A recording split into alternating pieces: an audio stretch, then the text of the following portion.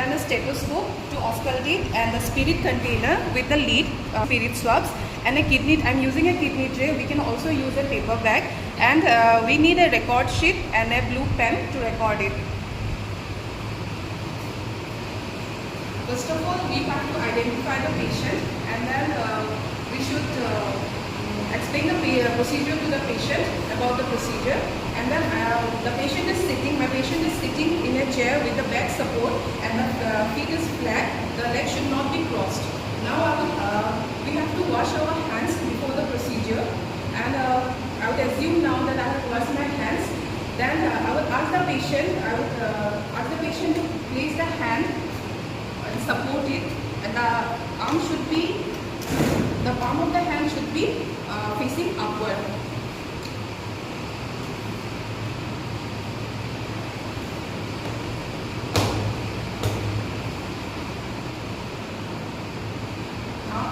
The cuff, BP cuff. This is for the arm, and while placing, we should see that no tight clothing is there, and it should be on the bare skin usually. Can I fold it? If not, then we will let it remain, because this will also cause constriction. So we will apply this above the clothing only now. This is the cuff. This is a cloth material, and inside it there is a rubber cuff, and this is the Velcro tape which which keeps the cuff in place. This cuff should not be very tight, should not be very loose. After placing, we should check that at least 2 fingers can be inserted after placing the cuff. The tube should be on the tubings. It should not be. There should not be kinking or any crossing. And then now, first we will start with the palpatory method. There are 2 methods, one is palpatory and other is the auscultatory method. For the palpatory method, first what we have to do is, first assess the brachial pulse. After we find the brachial pulse,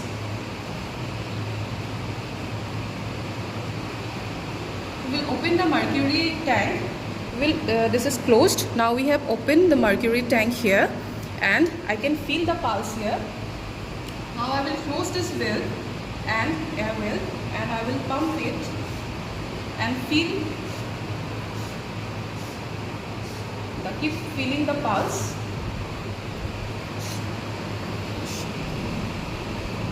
The point where the pulse diminishes or vanishes, after that I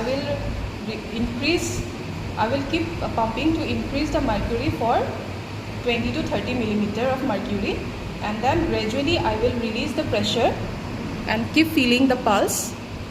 The mercury should fall at least 2 to 3 millimeter of mercury per second.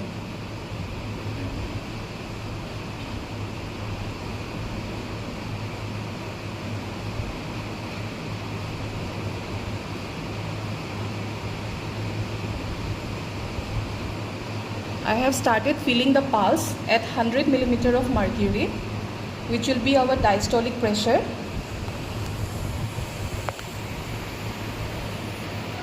So with the palpatory method, we can only assess the systolic blood pressure, because we will not come to know about the diastolic.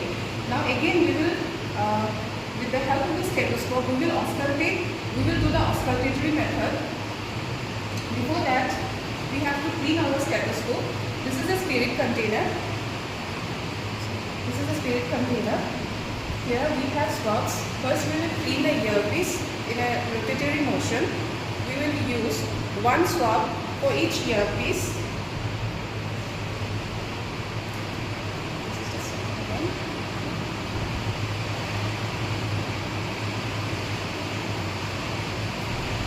Another one we will use to clean the stethoscope. We will clean the diaphragm side in a rotatory motion.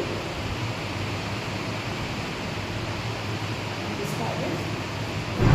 Then we will clean the bell side.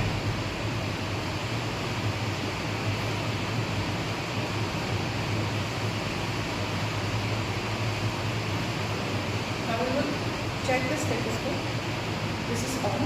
We will place the diaphragm of the stethoscope above the brachial artery. This is the brachial artery. I can feel the pulse here. I will place it here. And while placing, I should keep in mind that the bell of the stethoscope should not be in contact with with a cuff or any other clothing. Then I will feel the radial pulse here.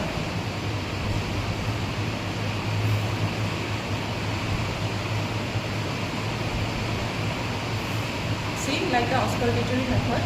I will keep feeling the pulse at the point where the pulse disappears. From that, I will raise the mercury at least 20 to 30 millimeter more.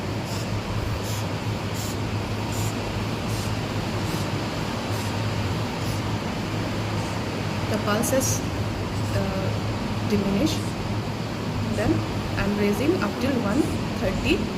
Now I will press the stethoscope against the brachial artery and release the valve and allow the mercury to fall.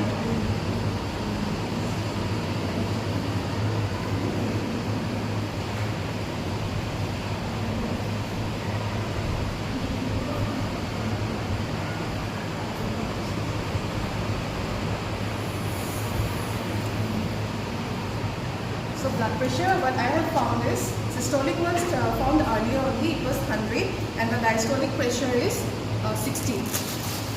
Now I have to release the cuff and massage the area because it might have caused some rashes in the skin. So before placing this, I have to again clean the stethoscope with the spirit swab. Again using one single swab for per earpiece. In the rotatory motion. The next one. Again I will clean the bell of the stethoscope and the diaphragm side.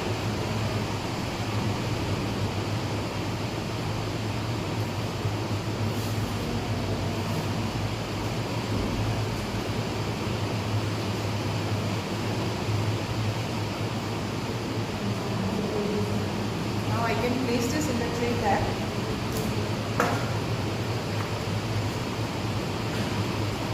Before closing the sphygmomanometer, we should always deflate the cuff completely by pressing it, and then we have to close the mercury tank, and then we can fold it and place it correctly. We should keep in mind before closing that the tubes should not come out the sphygmomanometer box, otherwise the tube will be damaged. To place the cuff in the bare skin, not above the clothing. I could not remove this cloth, so I have placed the cuff just above the clothing only.